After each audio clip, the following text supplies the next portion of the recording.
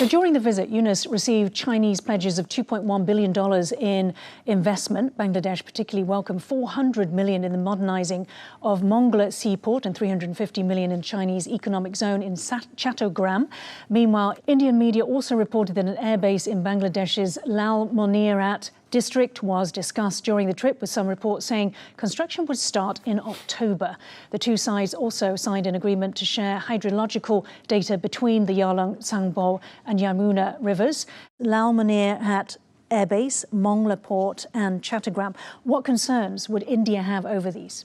Chinese are moving in faster, including the Kalandan project, including the port and the military support that they are having.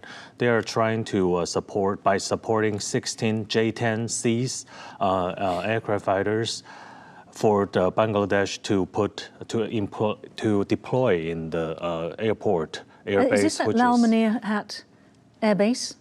Yeah, there's an airbase. It's more like a training facilities. Right. So all the pilots of Bangladesh pilots who are going to receive new airplanes from China will be trained over there. So everything will be starting from there, and it can be turned into the live airbase during the time of war. So it doesn't matter, and it is very close to the Chicken Neck. So that actually makes it more strategically sensitive. Right, and Professor Tsai, I understand just 60 kilometers from that Chicken Neck. Tell me a little bit more about, the dangers of this dual use.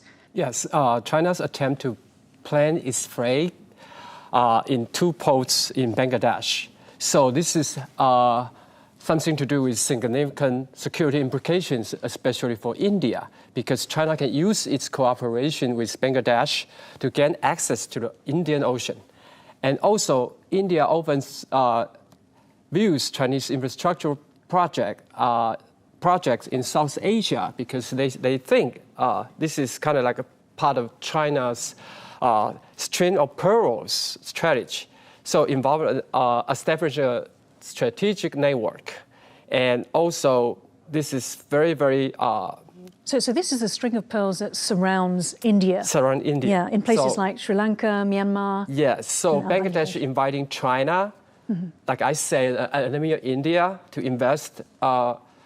We have put India in an awkward position because if Bangladesh tilts more too much toward China, and then the whole situation will be different because it tries to encircle India. So this is nothing.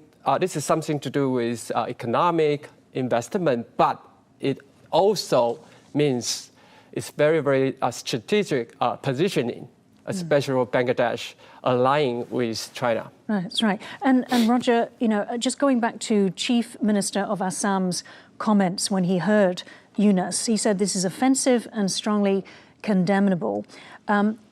You can understand why for the Indians, as you said, it's highly sensitive, talking about them being landlocked. And these two bases, so Mongla Seaport, the modernization project, and then Chattogram, which is actually the Chinese economic zone, but that also is on the Bay of Bengal, so one on the east and one on the west side. Well, Chattogram is also known as Chittagong, which is one of the largest ports in South Asia. So 92% of the goods of Bangladesh go through that port. So China has been trying to replicate the Hambantota mode. Sri Lanka. Yeah, that they have been using for the past few years. So the Hambantota mode actually is a replication of the Shenzhen mode. So they build a port first, and then followed by the SEZ, special economic zones, and they build a city out of that. So they want to replicate to Chittagong.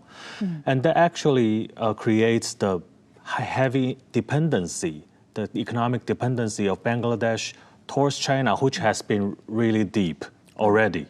So they're trying to lock in Bangladesh, China, by offering military, economic, and BRI supports in different fronts. So they actually give India more and more heavier and heavier strategic pressures for the past few years. So this is something that really need to take care of seriously. Right, and that economic, Professor, that economic dependence then assuming leads to political dependence and then also to the military cooperation.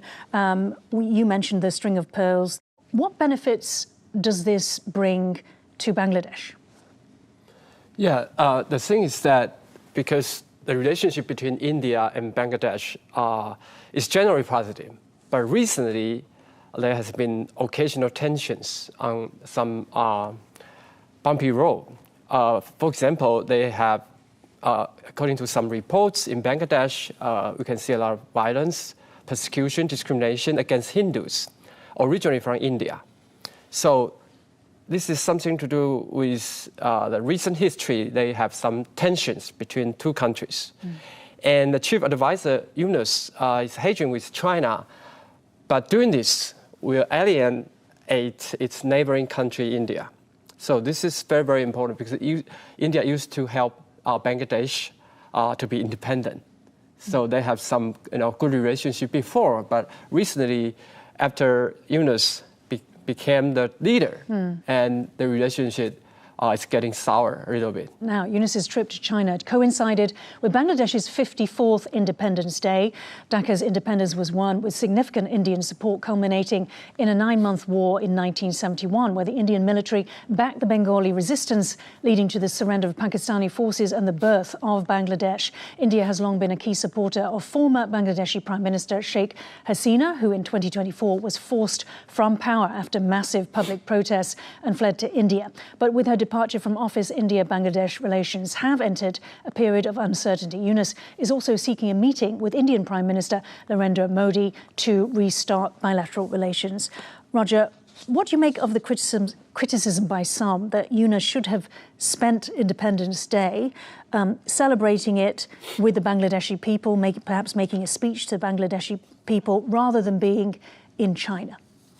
Well, I think this is a very bold move that he has made, and he was actually walking on a tightrope between two giants over here, India and China, because Independence Day actually is a very sensitive day, and Bangladesh actually holds a lot of gratitude towards India around this, because without India's help, they couldn't have had gained their independence.